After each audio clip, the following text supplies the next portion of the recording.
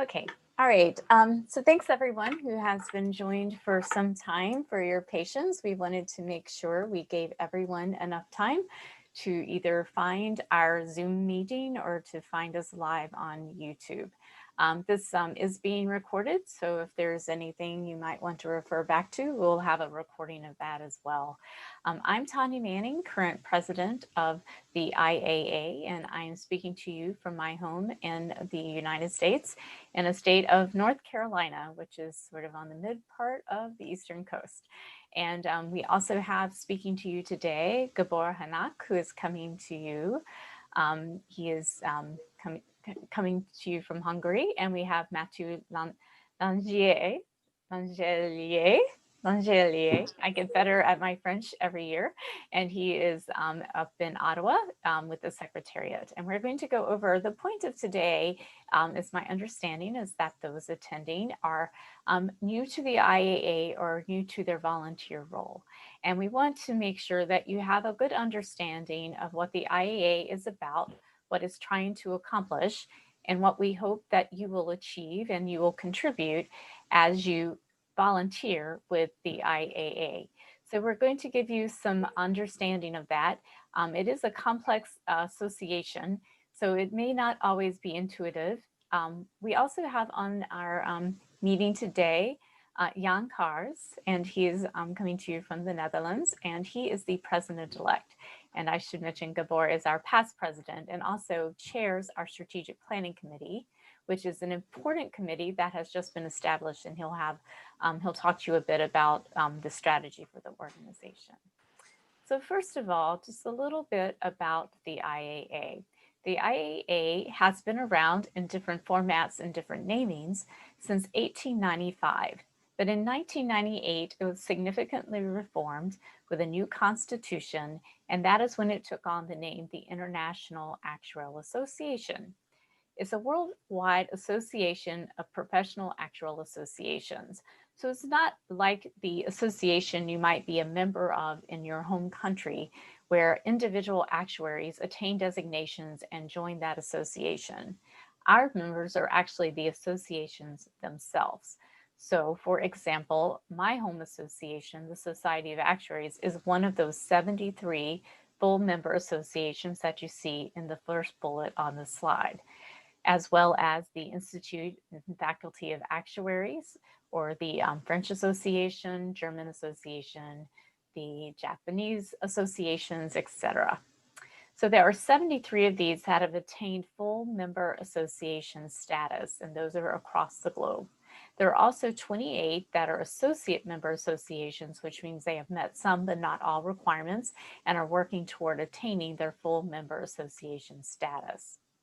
When you roll up all of the actuaries who are members of those associations, who are members of the IAA, we represent over 70,000 actuaries in over 115 countries. So we have a very broad scope of actuaries and a very large number of actuaries that we represent through these associations. Next slide. This gives you a visual understanding of the areas that we cover. And you can see that the bright orange are our full members. Well, actually that we used to cover. I'm sorry, I'm going back in time. This is in 1998. And you can see where the bright orange is where we have our full member associations. And then the dark blue, green, and yellow, the dark blue is the associate member associations, so it's working toward that full member status. And then we have non-member associations and places where there's actuaries, no associations. You can see, if you compare this graph to the next slide, what progress has been made since that date as you look at the IAA's membership in now 2020. There is a lot of orange on this slide, which means there is a lot of coverage of the IAA for the actuaries throughout the world. And there is all continents, it seems, or well, maybe not Antarctica, but there are many continents that are covered, and also covered with that orange color, which means they have the full member associations. And the area, obviously, that we are definitely growing in is Africa, but also in Asia, we're getting more and more full member associations, as well as South America. On this slide, we've also indicated, I'm sorry, there was one important point, is that what you're experiencing or starting to experience is one of our 2 biannual or twice a year meetings of the IAA. Our meetings mean that all of our committees and our working groups and such that are getting tasks done in the spirit or in support of the IAA mission come together, typically in person, but now virtually. In addition to that, we have a Congress every 4 years. And a Congress is what I in my American home call a conference, but it is where you have a lot of scientific information that is covered by presenters from all across the world. It is one of the most exciting events that you'll go to because you see so many different views and perspectives and people who have attained expertise in their countries and even across the world. And it is going to be every 4 years, except for with the next one scheduled for 2026 in Tokyo, and before that in Australia in 2022. Next slide. So the IAA, as I said, is an association of associations. So each actual association that has members of individual actuaries can choose to become a member, and they will have to meet certain requirements. And the way that our organization is set up is that we have a council that represents each of those full member associations. And underneath that, we have committees that are actually delegated to do all the work to support the mission that we'll talk about in a minute. We have numerous practice, professionalism, and member development committees that work toward specific practice scientific objectives, such as life insurance, health or pensions, and professional and member development that focus on the standards and conduct requirements that we have for our associations. We have 7 sections, which is a little confusing, but let me explain. In addition to having the associations of associations, which makes up the IAA, we also have 7 sections. These are part of the IAA, but operate a bit more independent than these committees that I've been speaking about. They actually have individuals who decide and choose to become members. So this is where if you are an individual, whether or not your FMA has decided to become a FMA, a full member association of the IAA, you as an individual can decide which of these sections you would like to join. They host webinars and colloquials, so a lot of what they're focused on is what I call continuing education or scientific knowledge advancement. We are incorporated in Switzerland, in case you're concerned, but we are based in Canada, and that's where our secretariat sits and is today. We have over 800 volunteers and over 300 virtual meetings annually. That's growing by the day as we continue to operate in our virtual environment. And oh, by the way, our latest full member is Nigeria. Next slide. So now, what is the vision of the IAA? As you may have run into vision and mission statements for associations or organizations that you've worked with or volunteered with before. The vision of an organization or association is where the association wants to be in the future. It's aspirational. It is where it's driving toward. And the vision of the IAA is the actual profession is globally recognized as leading experts in risk and financial security, contributing to the well-being of society. That is our vision, and that is where we want to ultimately be. And I would say, honestly, we are already there. So maybe we need to think about setting that bar a little higher, but we certainly are globally recognized as leading experts. And I think there are areas where we can improve or increase our expertise or our reverence as experts in the risk and financial security area. But this is our vision statement. The next slide shows our mission, and this is what we're focused on day to day. And all of our committees and task force and work groups should all be focused on fulfilling this mission. And if they're not, then there are activities that we should not be putting our resources toward. The mission has 3 important parts. It's the, conveniently, they represent the 3 letters of our association, IAA. And this is just to make it easier to understand. So a little bit of background, and Gabor will talk about this more later.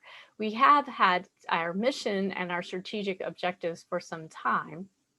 But recently we revised this to be more condensed and frankly something that you can grab onto and understand and remember a little bit more to help our very complex association be a bit more focused on key things that they want to achieve. So instead of having many things that we want to accomplish, we try to condense them into very big items that are important to achieving that vision that we talked about on the prior slide. So our mission first is I, inform.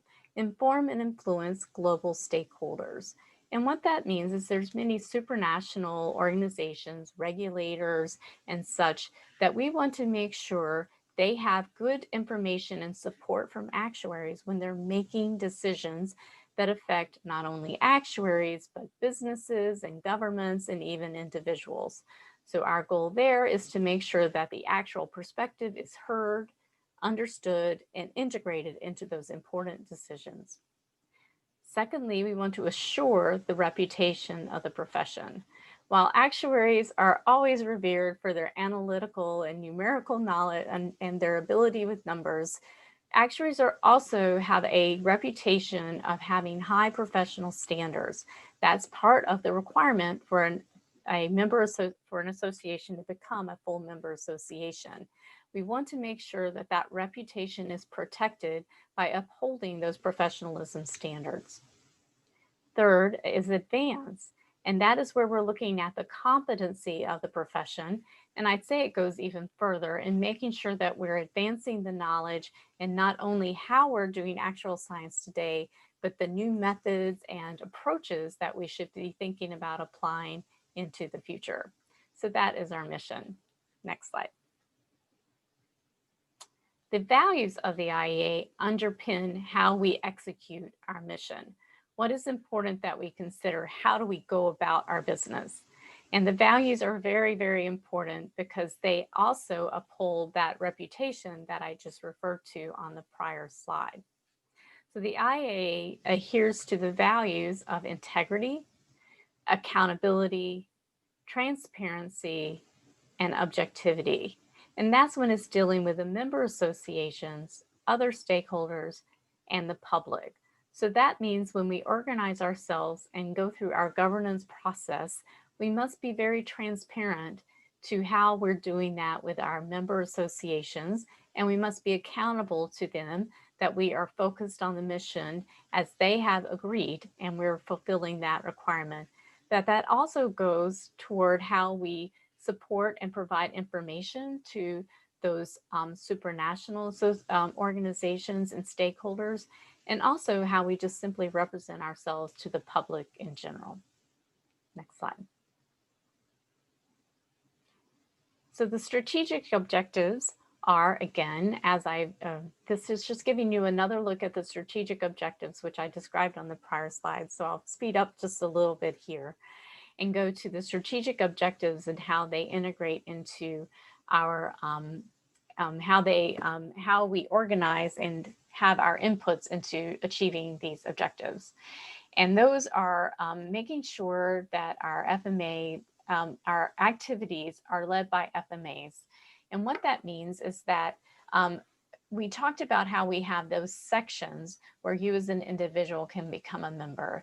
So if you want to have something that you're very passionate about or something that you want to contribute toward as an individual, you go toward the sections, and they're very good at supporting that purpose. However, when you're looking at the activities of the IAA, it's important that those who are our members, these associations, are leading those activities, and we are doing what they find is important and want us to achieve.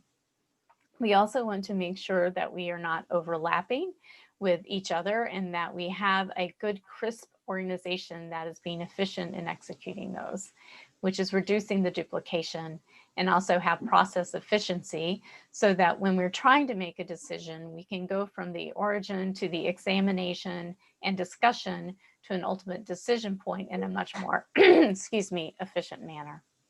So I believe at this point, do I pass it over to Gabor or do I have one more slide?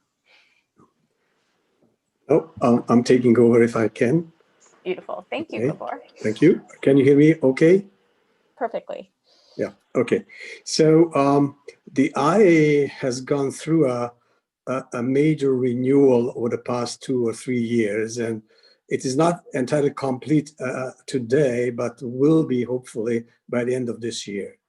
And this renewal has had 3 major stages, I would say.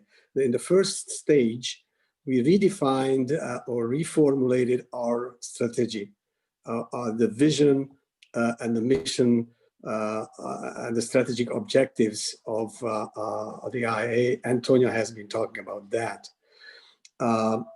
In the second step, we addressed some of the governance issues of the IAA. So the IAA is a very complex organization, and part of the goal of this meeting is to make it easier for you to understand what the IAA is about and how it is structured and how to navigate within the IAA. So, so the second step was addressing some of the governance issues, and the major outcome was by the end of last year and the beginning of this year, the creation of the so-called Strategic Planning Committee, which I will be talking about at the next slide. And the third step was the restructuring of the committees and the various entities within the IAA. And on this slide, you see a kind of a logical split of the types of activity of the IAA entities. We defined some of the entities to be managing entities. These are the committees, the so-called committees of the IAA, and I'll explain what committees do we have or will we have on the next slide in a moment. So these committees or managing entities provide a full range of activities, including the oversight of other entities, any kind of activities, information sharing or producing output. The second main type of entity are the task forces, which do something, produce something, deliver on behalf of the IAA some important output, which are aligned with at least one of the strategic objectives or strategic initiatives of the IAA. So these task forces should be limited by time or by objectives. So some of them will be ceased to exist after a given period of time, or when they have accomplished their terms of reference. And the third type of an entity is the new type, is we call forums. This is being created right now. Those are for sharing purposes, only or mainly for sharing. So those entities will be created in order to fulfill one of the major objectives of information sharing within the IAA. So our full member associations will delegate members to the forums, and they will exchange information, expertise between one another, and they are aligned according to practice areas. So next slide, please. This is a organizational chart, and I'll try. This is a bit complex, I know, but I'll try to explain the main ideas. Can you see my pointer when it's moving? No? No, they can't see it, Gabor, but I can give you, let me give you control. If you want. There is a dotted vertical line, and on the left-hand side, there is the IAA of the member associations. So its members are full associate and full and associate member associations. So to the left of the vertical dotted line, these are the entities where FMAs are playing a role. On the right, you will see the sections. So where members are individuals, as Tonya explained some time ago. And we have 7 special interest sections. and you see the 7 blue boxes beneath the gray box section. Now, there is a horizontal dotted line, and above that are the statutory entities of the IAA. Statutory, when I say statutory, I mean those are determined, defined, and described in our major documents and our statutes and the internal regulations. So on top, there is the council. Council consists of delegates from each full member association. Most of the other statutory entities are IAA entities, except for the Strategic Planning Committee, which you see the second committee from the left.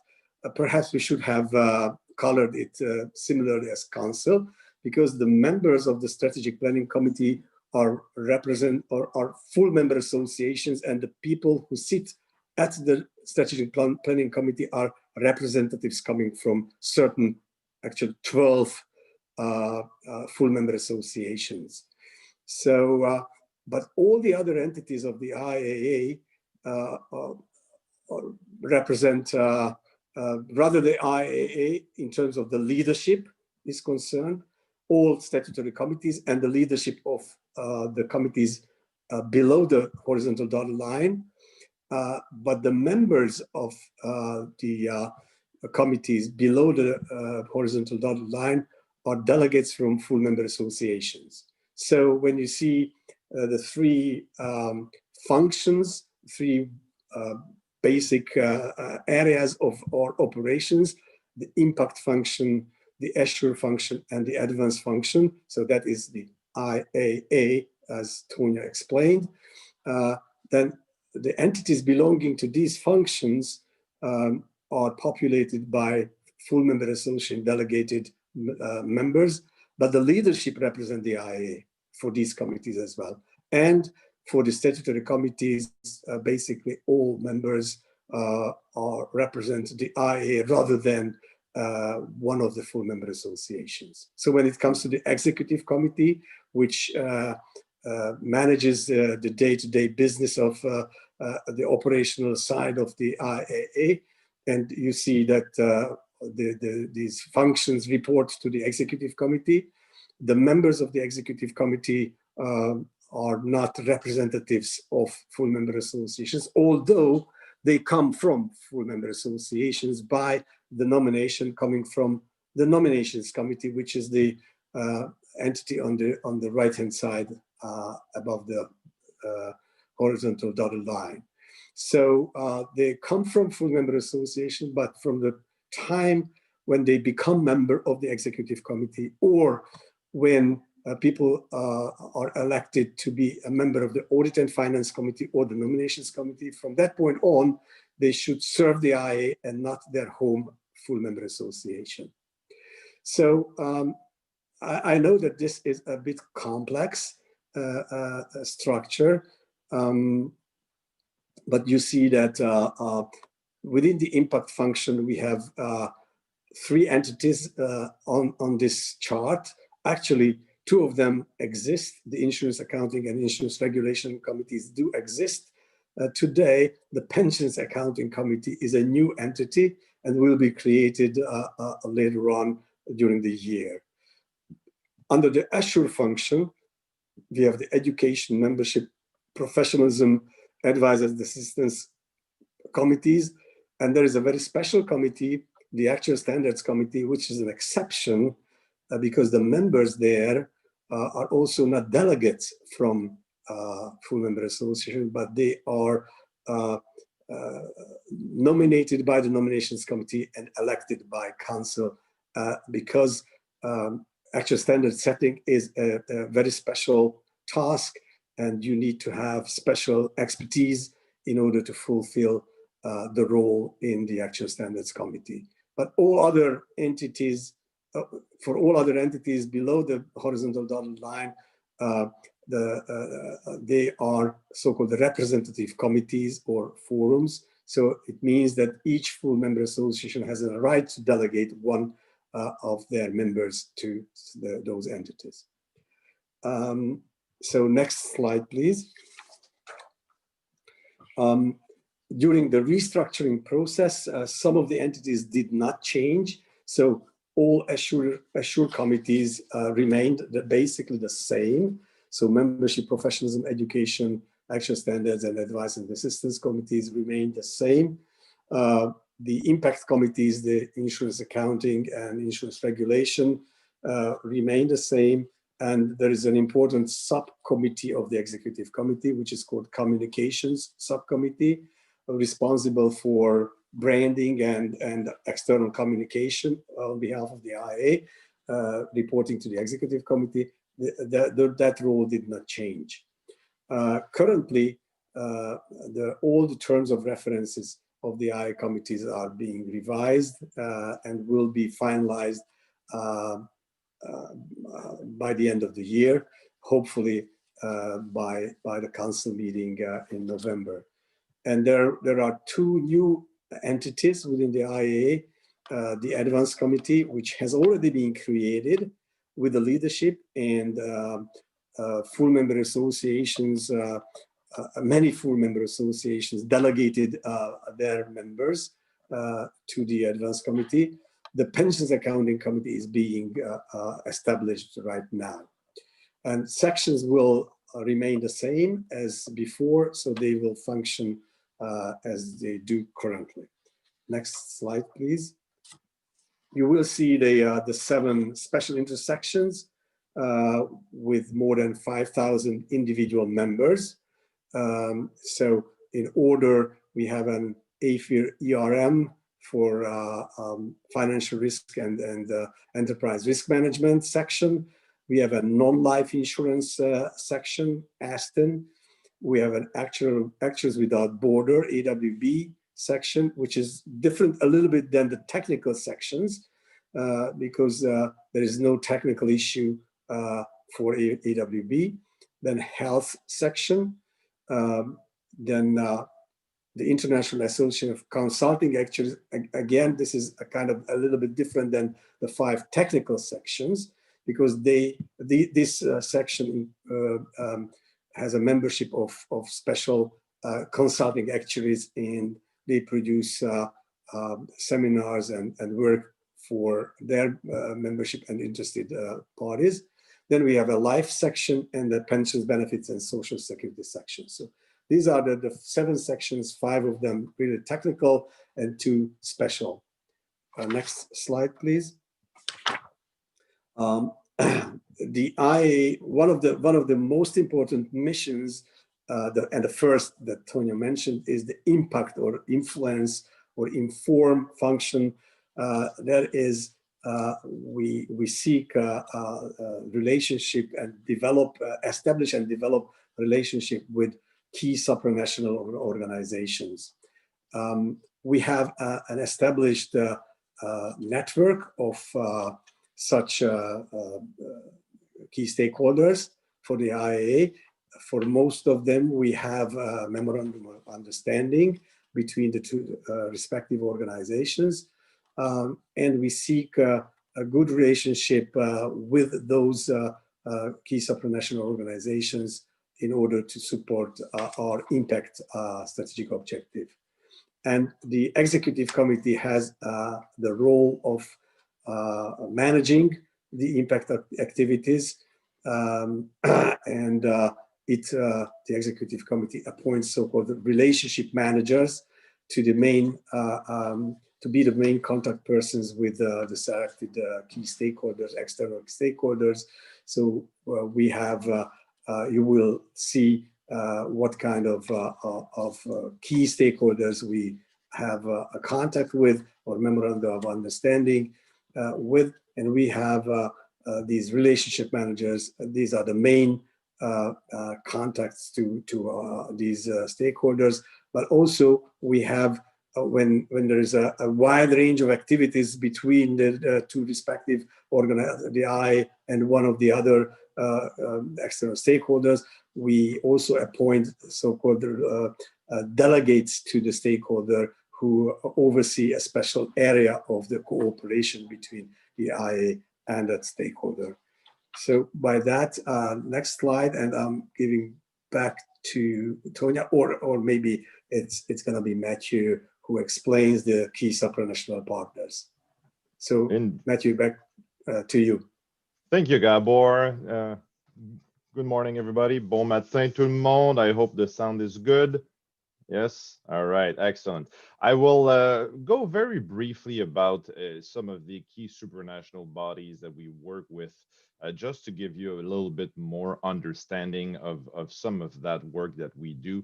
One of the reasons why we do have relationship managers is to help with the continuity of building that relationship. We want those contacts to be there for many years, to be able to grow those relationships.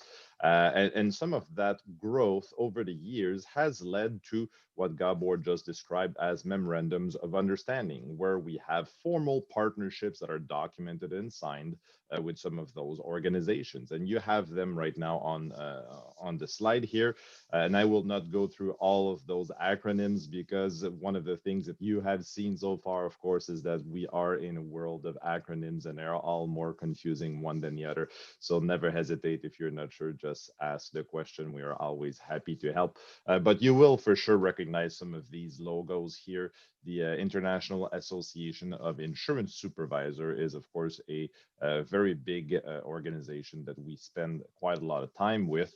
And one of the reasons why our input has always been valued by some of these groups is that the IAA seeks to inform and provide actuarial context or actuarial advice in some of these work that they are doing, but not necessarily on a case-by-case basis, but in terms of this is what the international profession, these are the impacts that you would, for example, do or on the international profession if you go on this path versus that path.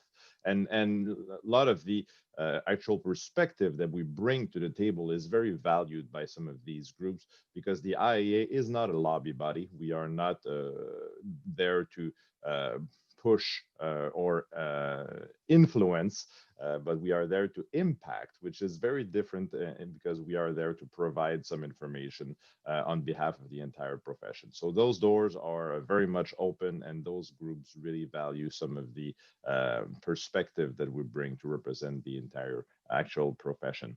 And notably, of course, you will see the as well the IFRS logo on the side. That is, of course, the International Accounting Standards Board, the IASB, but we have put the IFRS logo there because it is, of course, very familiar to many of you in your day-to-day work. So next slide, please.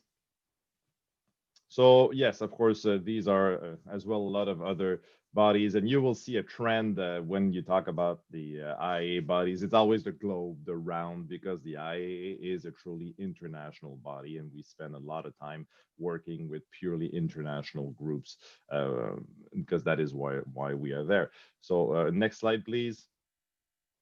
And these are going to be put on the website as well. So I will not spend time reading all of these ones, but I will give you a little bit of example about one of the things that we are doing.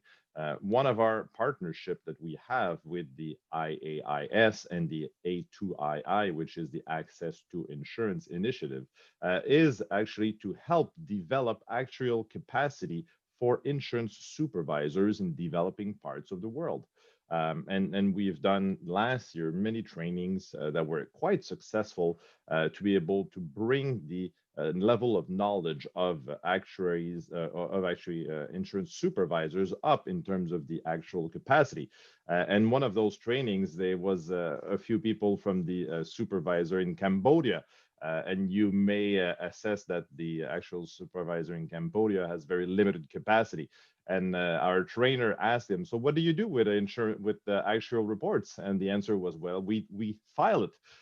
So it was a little bit more about trying to explain to them, what do you do with actual reports, what to look for, what are good actual reports, and so on, to be able to help the supervisors do their job. And that's one of the things that we do as the IAA, is we help those groups evolve further. So it was our participation in those types of trainings is very much welcomed. And that is one of the reasons why the IAA brand is so well recognized and valued internationally. Next slide, please. Of course, one of the work that we do as well is on climate risk. I mean, that is, it goes without saying, it is very important to the profession. We have just released on earlier this month, and it's on our website right now, our first paper on climate risk. So it is available on the website. We do encourage you to go there. At the bottom of that slide is where our papers are located. You will see, of course, many other papers by various entities that we have on contexts such as the flood risk, proportionate actual services and inclusive insurance market, which is also one of the work that we use when we talk with the IAIS, and so on. We have a lot of very good papers, and most of our papers are, of course, created by volunteers such as you. So we always welcome the input to be able to bring in some of those projects to fruition. Next slide, please. And these are, of course, some of our recent books that we have on our website. Do note that our books are available in both paper or hard copy format, as well as virtual format. If you want to be able to buy them on our website, you can just go there, and it's very easy to do. Risk adjustments for insurance contract under IFRS 17 is a recent book that has seen quite a lot of traction, and we're very happy to be able to support the profession by having some of these books. Next slide. Yeah, okay, I'm turning it back to Tanya. All right, thank you, Mathieu and Gabor. We're going to now talk a little bit about governance, and I'm going to speed it up a little bit to make sure we have time for some Q&As at the end. So just briefly on the governance, Gabor did an excellent job of explaining our structure and how we go about executing those missions and strategic objectives that we talked about.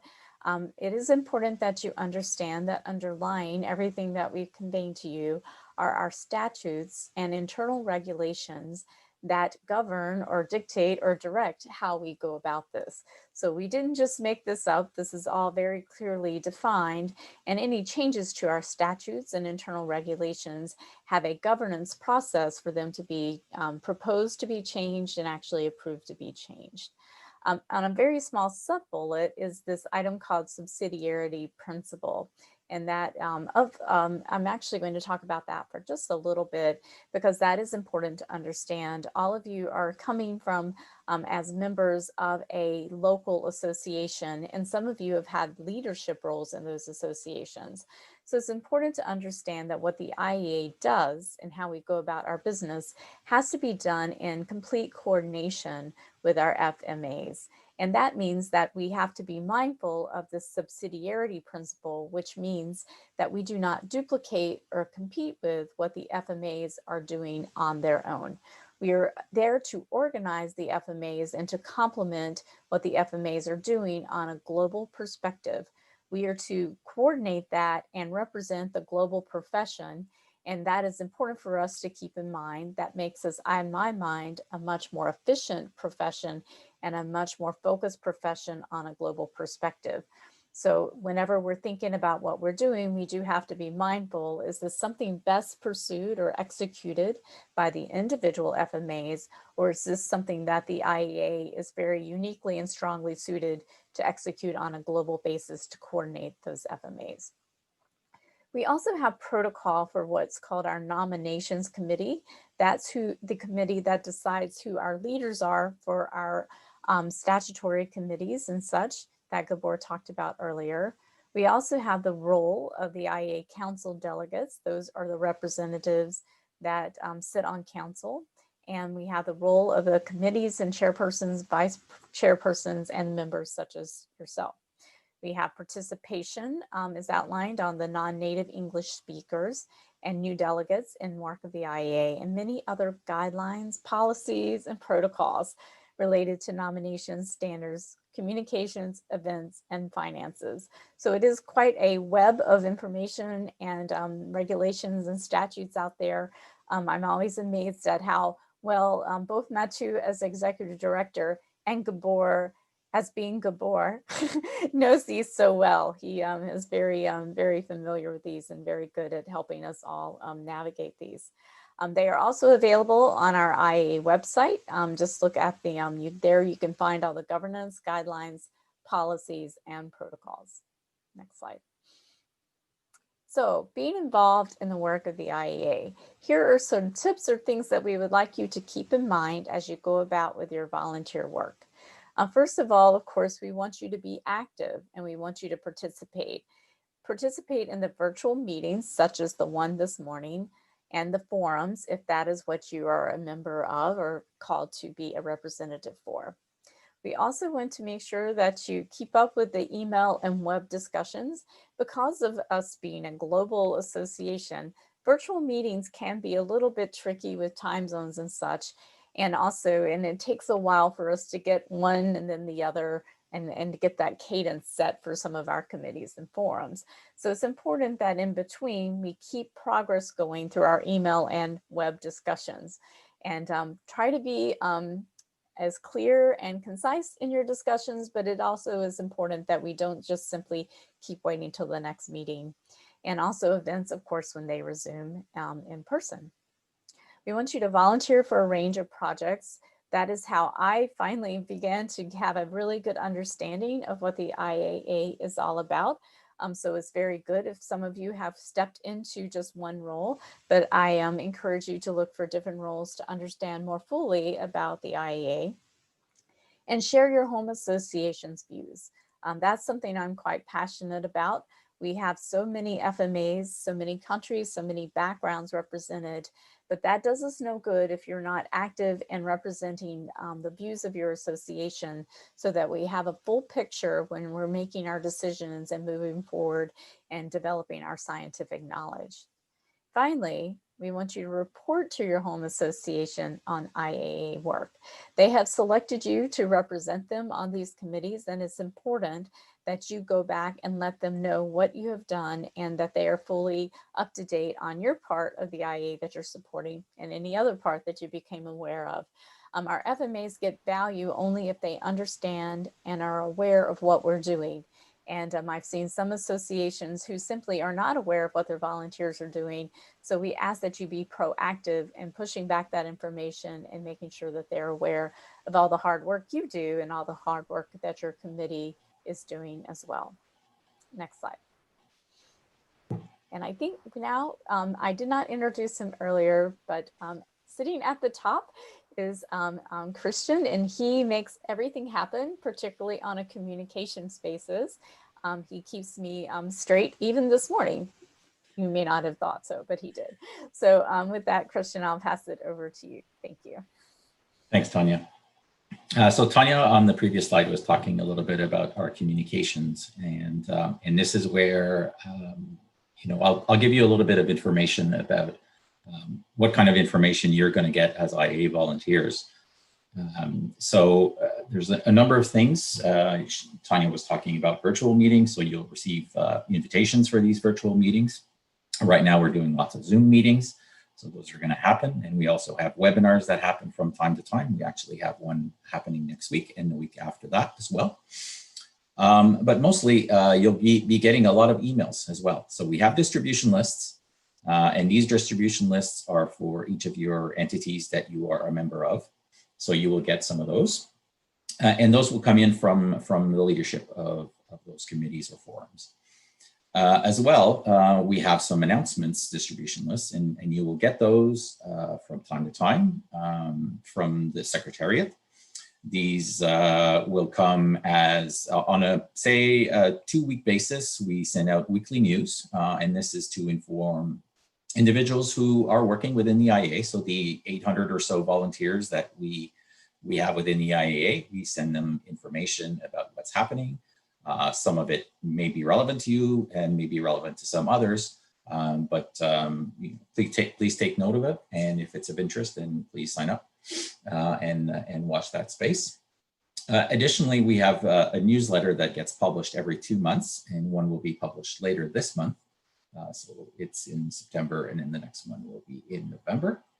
And also annually, we have our annual report, and that comes out usually in the spring if you're in the Northern Hemisphere. Additionally, we have news releases, and those are mainly to inform what Mathieu was talking about earlier, or supranational organizations of what the IAA is doing. And as we were mentioning, one of the most important papers we released recently, well, there was actually two very important papers we released recently, one on climate risk and the other one on the governance of IFRS. So those will be presented as webinars very shortly. Now, the other aspect is social media. So we are very active on social media. You can find us on Facebook, Twitter, LinkedIn, and YouTube. And actually, we're actually filming this, and this will be on YouTube later. But we also have groups on the other social media channels. So you're welcome to join any of our social media channels. And if you see anything of interest, please go ahead and comment. You can share it with your colleagues and spread the word of the IAA to others in your entourage. And the other aspect is our members website. So now I'm going to actually have to stop sharing my screen and I will switch to my website screen. Just give me 1 second. And now you should be able to see my website screen, hopefully. Let me just go back to my homepage. So you're probably all familiar with the IAA website. And as you can see here on our main navigation, you'll see a scrolling banner. Some of our most recent work is happening, and you'll be seeing those popping up and scrolling through. And this one will show some of our upcoming events and other information that is of interest. Now, as most of the information on our IAA website is freely available to anyone who visits. However, as IAA volunteers, it's very important that you sign in to the website because there is information that you will only have access to if you're logged in. Now, just as a reminder, your login for the IAA website is always your main email address. As you can see, my email address is there. You won't see my password, but always sign on. If ever you encounter any issues with the website, please read the instructions below. You can troubleshoot this yourself, but if you do run into any issues, you can send us an email, but more importantly, we have a little video here that you can actually pop up and you can watch, and it'll give you some instructions of how to reset your password if you need to. So let me just sign on, and I'm gonna rush through this because we're getting very close to the top of the hour. So one of the things that you should do is visit your account. And this is your website profile. And you can see my information here on the screen. If you need to update any information in your profile on the IAA website, you can do this by clicking the little pencil icon here on the side. So if you need to update any information in your details here, your contact details, again, click the pencil, your address, and you can actually add in your social media profiles. As well, if you want to, you can actually put in your photo also, but I actually removed mine because it was a pretty old picture and I need to change it. Now, the main bulk of the information that you're going to be looking for is going to be under the committees tab, or in the future when we have our forums, we'll have a forums tab and it'll actually be just right here because we'll be moving the news item.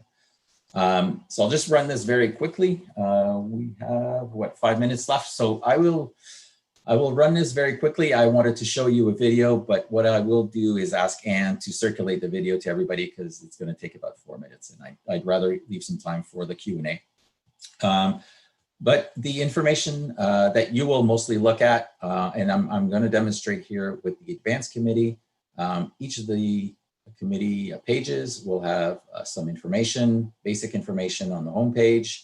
The members tab will have a listing of all the members and then indicate which member associations are representative. We have a terms of reference as well. And the two main things are going to be meetings and other documents. And this is where we keep all of the information related to your committees. So in this case here, and this is a new committee, so it doesn't have much information on. But in this case here, the meeting documents from their conference call on August 12th, the information has been posted there. Any other items will be displayed there as well. All of the committees have this type of information. We're actually migrating it to a new platform right now, so that'll happen. The other thing is the community tools, and the community tools is something else as well that we're rolling out and will be put in place for all of the committees and all of the forums in due course.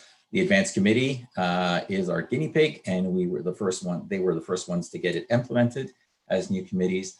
And the Community Tools contains an announcement board, a whiteboard, and a discussion tool. I won't go through the video because I want to leave some time.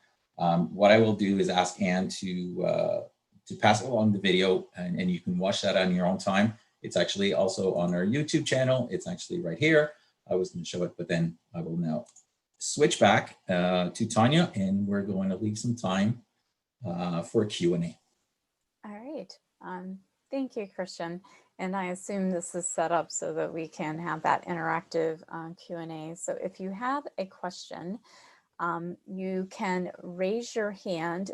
If you click to see the participant list, if you click on participants, you'll see the participant list, and it'll have the option to raise your hand. There's other ways to get there as well. If you use Zoom, you'll know those.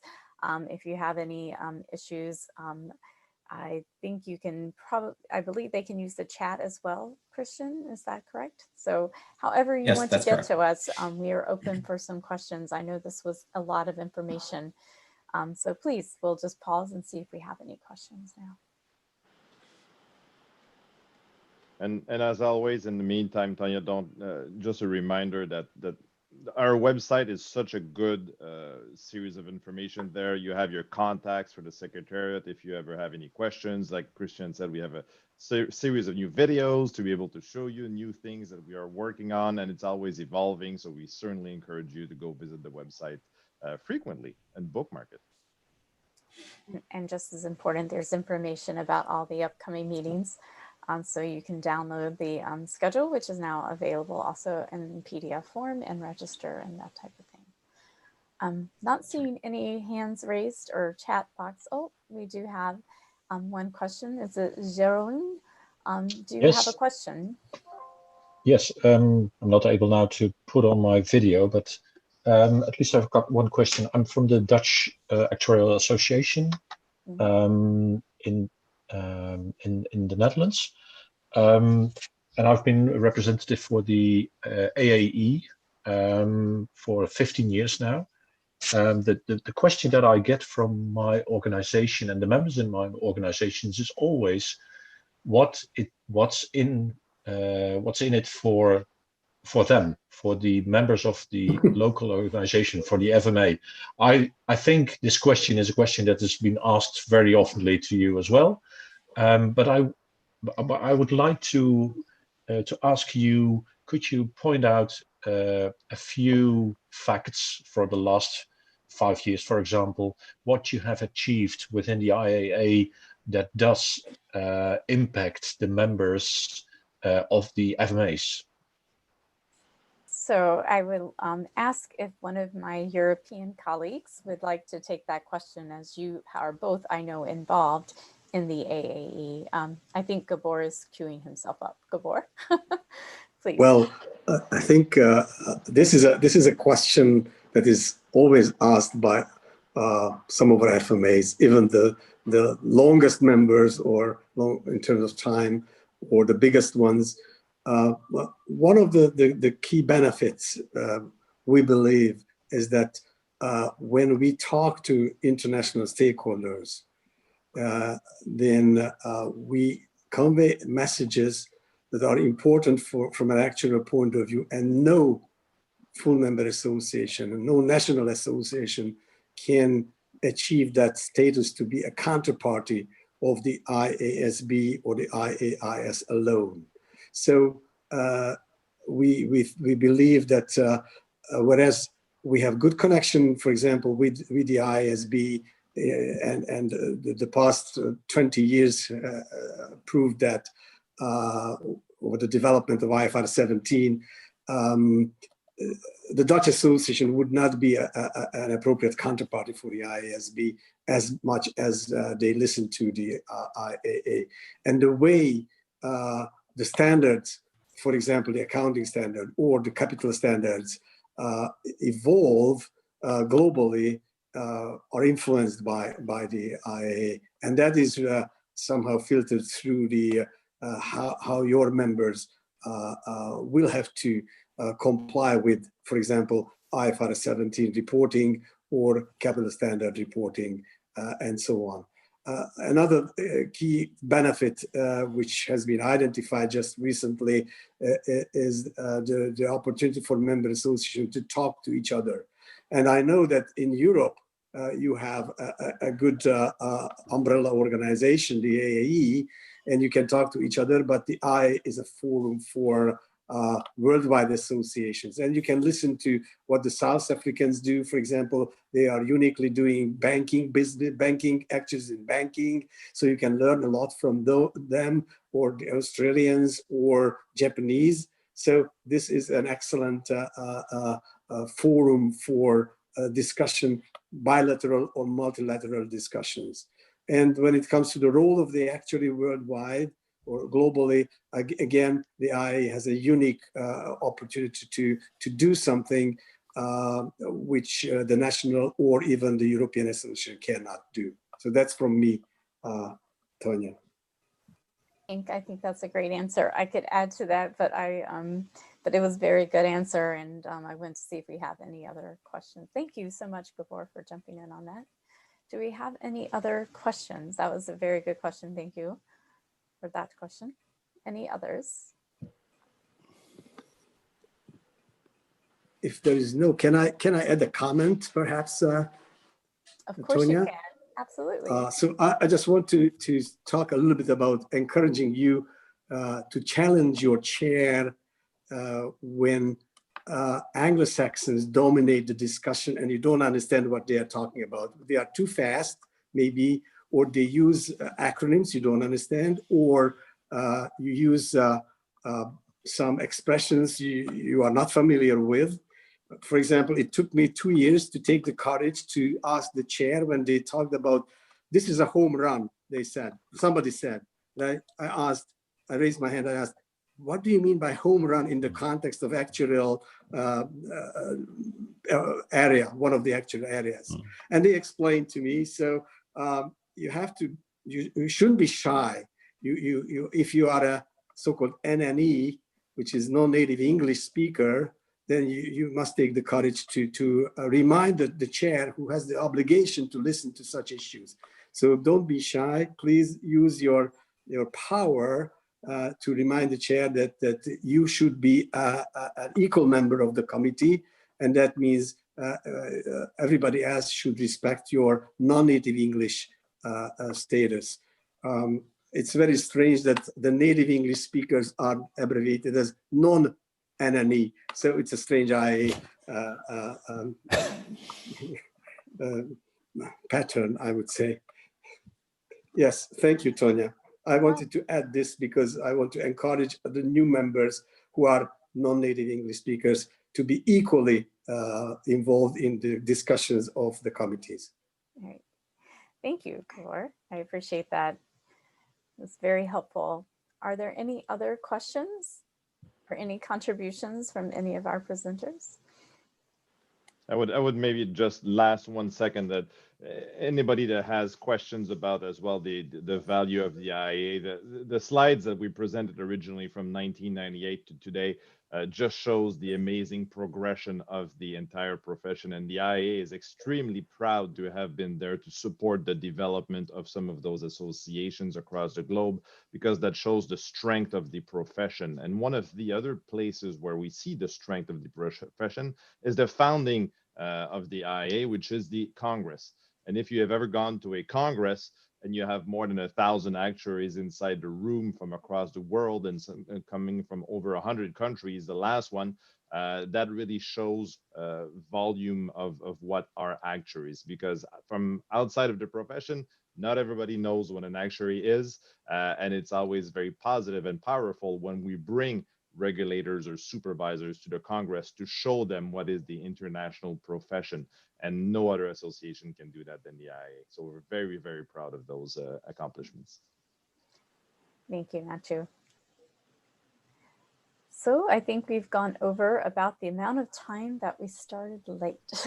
So I think with this, we will conclude. If you have any further questions, you can certainly reach out to me with an email, or Matthew, Gabor, Jan, or Christian, and we will all be very happy to help you. But I hope you enjoy your volunteer work with the IAA. We are a unique organization, but it will give you a very unique opportunity to contribute to what our global professions. Thank you so much for your time this morning. Appreciate it. Thank you. Bye. Or